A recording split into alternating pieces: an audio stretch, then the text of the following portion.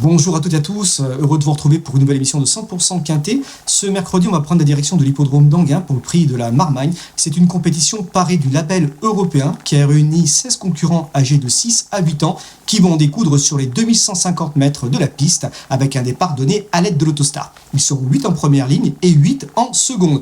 Vous allez voir, l'épreuve est relativement ouverte et il y a quand même pas mal d'étrangers, ce qui complique un peu la chose en termes de pronostics.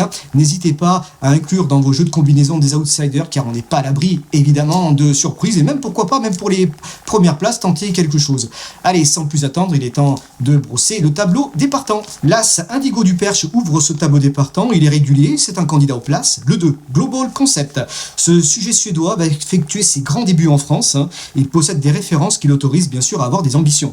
Le 3, Cosmico Pilar. Il est régulier, il aura ma confiance. Le 4, Amiot de Beaumont. C'est un outsider, mais en jouant serré, il peut compléter la combinaison gagnante. Le 6, Hollywood Stone et Oblivion, le 6, qui restera ferré, peuvent viser les places. Le 7, Just d'Acadie. Alors, il n'est pas toujours sage, mais il a le potentiel pour jouer les premiers rôles dans cette compétition. Le 8, Junior Angel, ce sera difficile pour lui. Le 9, Derby Chronos. Alors, il a de sérieux titres à faire valoir, de références à faire valoir. Et pour moi, il mérite bien sûr un large crédit. Le 10, Parker. Alors, c'est vrai que c'est le compagnon d'entraînement de Global Concept, mais avant coup, c'est plus un placé et il aurait compté sur un bon déroulement de course.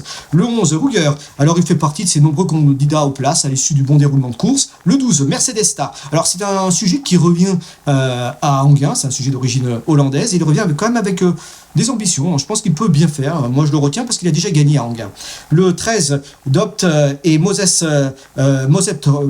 Boko, pardon. Ce ne sera pas simple pour les deux en question. Ensuite, le 15, Nevele Holograss. Je m'en méfie quand même parce que voilà, il n'a pas été déféré depuis un petit moment, donc ça peut peut-être être un élément qui peut faire la différence. Et le 16, Distillato, alors il est régulier, bien sûr, vous le connaissez bien, il a le droit de bien faire pour son retour en France, mais malheureusement, il a hérité du numéro 16. Allez, sans plus attendre, il est temps de passer au papier.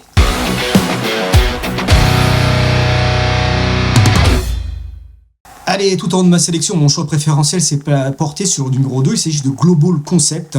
Ce trotteur suédois, comme je le disais, va effectuer ses grands débuts en France.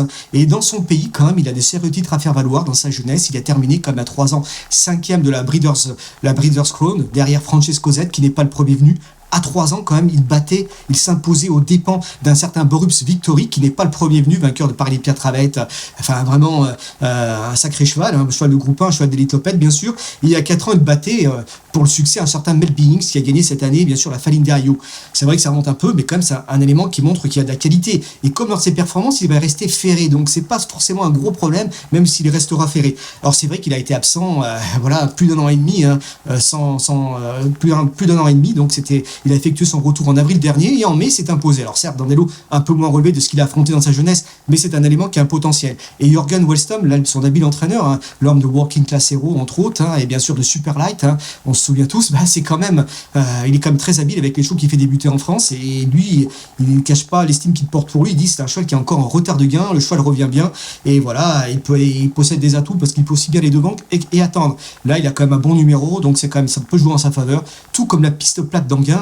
Et l'aide de donner l'autostart, je pense que ça va servir bien sûr ses intérêts. Moi j'en fais une première chance, même si je vais le découvrir, mais je pense que ça peut être tout ou rien, mais je pense que surtout tout plutôt que rien. Je pense qu'il faut vraiment l'inclure dans une combinaison. Moi j'y crois vraiment beaucoup. En deuxième position, j'ai placé le 9, Derby Chronos. Alors c'est pas le meilleur numéro, il devra s'élancer à seconde ligne le long de la corde. C'est un sujet italien, mais il fait preuve d'une très très belle régularité. Il s'est vite acclimaté aux courses françaises quand il est arrivé l'été dernier sur notre sol, où il a enchaîné par 3 victoires de rang quand même, ce qui est pas rien quoi. Donc j'ai une course référence à vous proposer. D'ailleurs, un de ses succès qui était en gain, c'est dans le prix d'Aigremont. C'était justement sur le parcours du jour, sur les 2150 mètres. Ce jour-là, il avait pris la tête pratiquement à 1000 mètres du but. Il avait contrôlé facilement avant d'allonger le tir.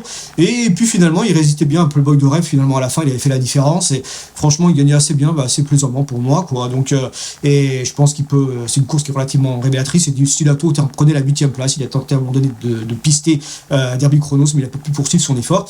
Donc voilà, c'est quand même une bonne performance. Et puis j'ai un petit chiffre pour enfoncer un peu le clou concernant Derby Chronos. Il a couru 2 fois en gain pour autant de succès, ce qui fait un pourcentage de réussite à la gagne de 100%, ce qui n'est pas rien, dont un sur le parcours, quoi. Donc moi j'y crois beaucoup, quoi. Donc moi je retiens très très haut, et puis surtout qu'il dépend de l'entraînement habile et redoutable d'Éric Bondeau, qui connaît lui aussi une belle réussite sur l'hippodrome d'Anguin, notamment cet été. On l'a vu gagner pas plus tard que samedi avec Kool and the Gang. Il avait gagné aussi avant avec Cassidy Kid, sans oublier Everytime Winner. Enfin bon, il y en a quand même pas mal.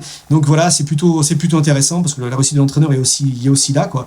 Et puis voilà, comme je le disais en préambule, il avait aligné 3 succès de rang. Par la suite, il a longtemps été absent des pistes. Il a effectué sa rentrée au mois de juin. Il a terminé 5e à Vincennes fin juin, là, avec son mentor. Et là, il découvre Eric Raffin. Je pense que cette fois-ci, tous les feux sont au vert, malgré un numéro qui n'est pas forcément des plus favorables. Bien pour jouer un bon rôle à l'arrivée, moi j'en fais un des prétendants au succès. Voilà, c'est juste ce petit numéro 9, moi, qui m'embête un peu.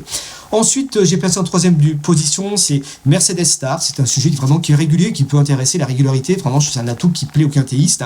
Et voilà, il est régulier, notamment dans son pays, en Hollande. Hein, c'est un sujet d'origine hollandaise. Et il revient avec, j'ai envie de dire, comme avec quelques ambitions en France. C'est en pleine position des moyens qu'il revient tenter sa chance en France. Hein. Voilà, et d'ailleurs, j'ai une course référence à vous proposer, justement, à Anguin. Il a gagné Anguin, c'était en octobre dernier. Hein, c'était le prix d'Étain. Et ce jour-là, il avait le numéro 11 et le numéro 12, donc c'est pratiquement semblable. Il était vite à mi-peloton. Et il avait très très bien terminé pour battre justement Jamais, qui avait fait le trou comme à l'entrée de la ligne droite, et résister également à Costello voilà, dans une course d'arrivée très très serrée. Donc c'est vrai que la ligne était vraiment bonne. Hein, si on peut lui masquer l'effort le plus longtemps possible, je pense qu'il peut finir très très vite. Et la ligne est plutôt bonne parce qu'il battait quand même Jamais qui a échoué de peu dernièrement pour le succès en gain face à Jacques Daufort. Vous prenez Jamais, vous le mettez dans ce lot-là, il détient bien sûr une première chance. Donc c'est vrai que la ligne est plutôt bonne. C'est pour cette raison que j'ai envie je le retiens assez haut dans ma sélection. En 4e position, j'ai positionné Cosmico Pilar. Alors c'est un sujet aussi, c'est un sujet d'origine transalpine et qui lui aussi fait preuve de régularité, hein, notamment avant qu'il parte, avant son absence. On aurait vu les bonnes performances en province. Hein. Là, il s'agit d'une petite rentrée, mais c'est vrai que j'ai déjà vu qu'il a déjà bien réussi sur sa fraîcheur. Pourquoi pas? Je pense que l'entourage aussi est confiant. Le numéro est bon. Hein. Et pour moi, je pense qu'il est capable d'entrer dans les 5 premiers de cette compétition-là, en faisant un petit parcours. Je pense qu'il est capable vraiment de se distinguer. En 5e position, j'ai placé le 7 Just to Acadie. J'aurais pu le hisser plus haut, mais bon, c'est vrai que c'est pas un choc qui est toujours simple. Des fois, il fait des fautes, et c'est un élément quand même qui a pour lui aussi à faire valoir des performances, des références à Vincennes, ce qui n'est pas rien. Dernièrement, dans une épreuve qu'on pourrait aussi citer de référence, hein, c'est vrai que malheureusement, il a pris le galop alors qu'il essayait de s'infiltrer entre 2 concurrents, d'une épreuve remportée par Jacques Aufort, et Jamais. Donc, il aurait pu lutter pour la victoire, hein, voilà, en ayant le passage, et moi, sans sa faute, quoi. Enfin, sans sa faute, il aurait lutté pour la victoire, pardon. Voilà, si il n'a pas fait la faute, il aurait lutté pour la victoire. Et, je pense que vraiment, il aurait eu un très bon rôle à jouer. Donc je le reprends parce que la ligne est plutôt bonne et la performance est plutôt bonne. Voilà, il faut qu'il soit sage et je pense qu'il est capable de le faire. Malheureusement, c'est ce numéro 7 qui m'inquiète un peu parce que c'est un peu à l'extérieur, mais je pense qu'il a la qualité pour relever le défi. Allez, sans plus attendre, il est temps de passer récapituler ma sélection dans la rubrique Votre choix.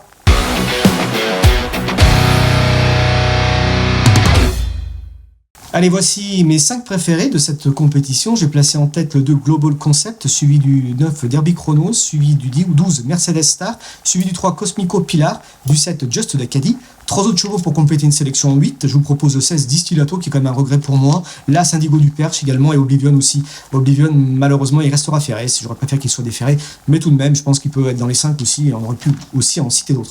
Un petit cheval du jour à proposer. On reste à Anguin, le 605. Il s'agit de Leonardo Vici.